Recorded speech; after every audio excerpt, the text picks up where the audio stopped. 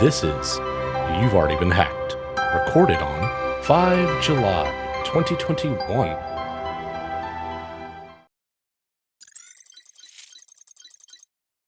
Welcome to episode 51 of You've Already Been Hacked. We're running a little bit late this week, simply because of U.S. Independence Day, at least Independence Day weekend, which Americans love their fireworks.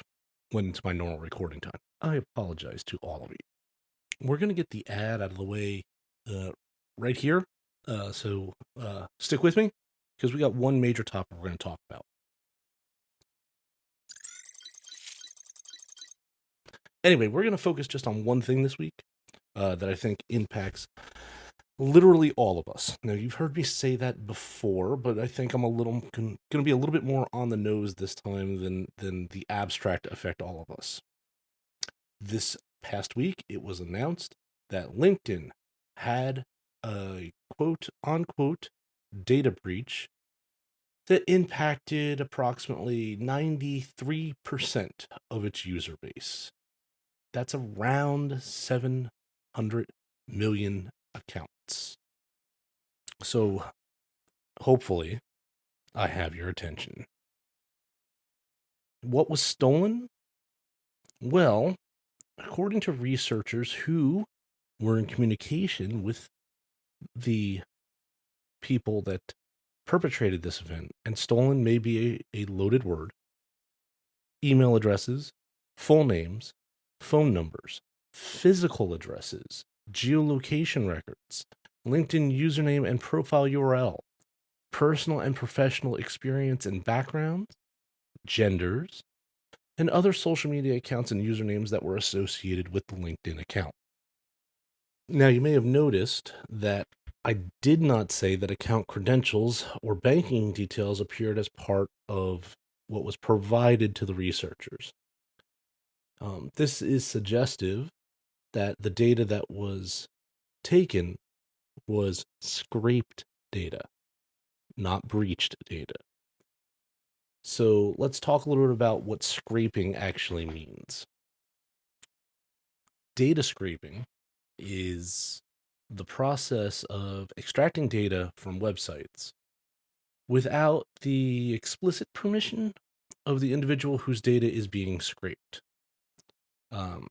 So it would be akin to somebody going to a private Facebook profile or any other non-private information. And I use the word non-private here to describe something that I think a lot of us know, especially those that may be listening to this podcast, but maybe sometimes we don't think about, especially when we're using social media because of its inherent design. If you post it, it's not private. Even if you've set your profile to private, there's a level of anonymity or obfuscation that's provided, but you've now provided that information out there in an collected sort of way. So that information is readily available to those who you wish to provide it to the company, obviously, and in this case, to the API. And that's kind of what's happened really here. So data scraping usually leaves open doors for cyber criminals and hackers to use data to spearhead further cyber attacks and can give hackers the ability to be wildly successful. Data scraping or web scraping is semi-malicious activity. And that's a key point. It is not inherently malicious. It's kind of sort of gray space malicious. Whether it's considered good or bad or happening to a lot of people or a lot of information is subjective. For example, large corporations scrape their competitors to get their latest pricing info, etc. And that's not necessarily bad. That's just understanding the market. Some customers like scraping as it increases their market footprint. LinkedIn is not alone in this. In April, it was revealed that data from more than 500,000 Facebook users was scraped in 2019. The difference, I guess, is that LinkedIn's public data is more valuable to threat actors in general, than say that which is posted on Facebook. Although there is plenty of business information on Facebook. When you think about it, what are we doing with LinkedIn? Right? LinkedIn is not where we're posting cat pictures or uh, blasting off on our political views or posting pictures of our family en masse. LinkedIn is the place where we're posting our professional credentials, our online resumes, our awards, our accolades, our this is why you want to hire me or know me or work with me information. That's exceedingly valuable data to a population that would want to exploit it, not just collaborate with it. It is a ripe harvesting zone. And I wouldn't say all of us use it, but 700 million of us do, and that's 2 times the population of the United States. So think about that for a minute. If all of us are keeping our LinkedIn profiles up to date, which if you have a LinkedIn profile, you probably are. I'm sure there is a minority population that is not. I am somewhere in the in-between zone personally myself. I'll do an update, but I won't do it immediately upon changing a role or position or something like that. I'll wait a few months and then I'll do it. Mostly to make sure that I actually want to stay in doing that thing myself. But it we keep this very up to date, more so than maybe some other things that we might keep up to date online. Why? Because it is a professional environment. Those of us that are on there take it, I would say, for the most part, seriously, and we're using it for whatever purpose we deem fit for a business sense. This can help an adversary in numerous ways. One, they can tell if you're a valuable target or a potentially valuable target because you could be lying. But think broader than just yourself. You could map out an entire organization based on what's posted on LinkedIn. Maybe there's a couple holes here or there, but now you'll understand the organizational tree and how it's structured and all that sort of stuff. Depending on the actor, that can be wildly valuable. So, combine that information now with an organizational tree and maybe a little phishing campaign that follows, which the majority of people will read that phishing email on their smartphone on a small screen, and you have a target rich environment where success is probably going to be high, depending on the target you go after. To their credit, LinkedIn has validated the breach. In a statement posted on their website, LinkedIn confirmed the breach, but couched it in far softer ways than researchers and security experts did. Quote, "We have investigated an alleged set of LinkedIn data that has been posted for sale and have determined that it is actually an aggregation of data from a number of websites and companies. It does include publicly viewable member profile data that appears to have been scraped from LinkedIn. This was not a LinkedIn data breach, and no private member account data from LinkedIn was included in what we have been able to review." Unquote. LinkedIn had gone on to say that scraping violates their terms of service and that they'll be working to stop anyone who does it and hold them accountable. Okay, so LinkedIn has done a little bit of this in the past too, where you used to be able to have a social graph of sorts and you could actually see very much like almost like a Facebook graph where you have person X at the center, and then this is who they're related to, and this is who they're related to in a business sense, right, for LinkedIn. And you could see if this person could get you in touch with the right people at another company, which again is valuable to an adversary if you twist this to a negative. That was part of, it was part of the API for LinkedIn.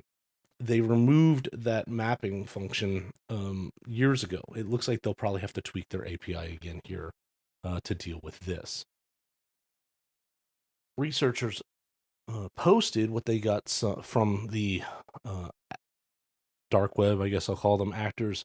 Some screenshots there are some on some cybersecurity websites that show you what the scraped data looks like.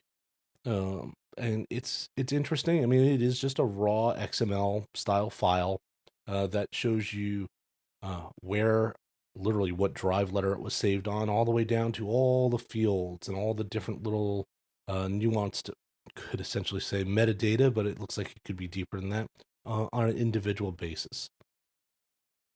The researchers also posted on from an underground seller's website a username and the posts from the user as of the 22nd of June, showing that they had 700 million 2021 LinkedIn records and that they could use some form of escrow to do the payments. The person also posted their Telegram. What researchers found when they contacted the individual is that they were selling it for a nominal price, only $5,000 US. Think of that. Think of how much your data is personally worth in a pool of 700 million at that point. 5,000? I think anyone that would be interested in this or that even has the remote possibility of interest in this type of data, $5,000 is, it's not even the cost of doing business at that point. It just makes sense.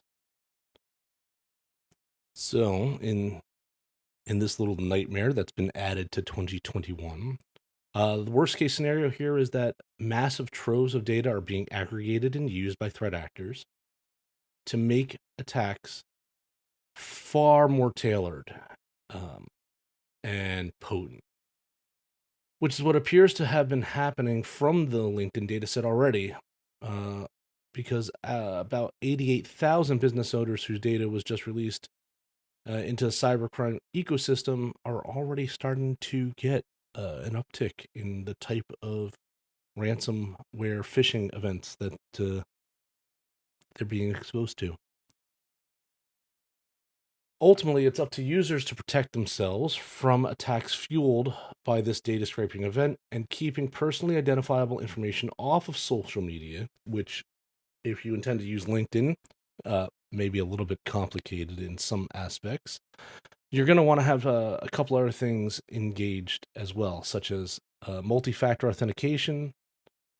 Remain vigilant about identifying potentially malicious communications that you receive.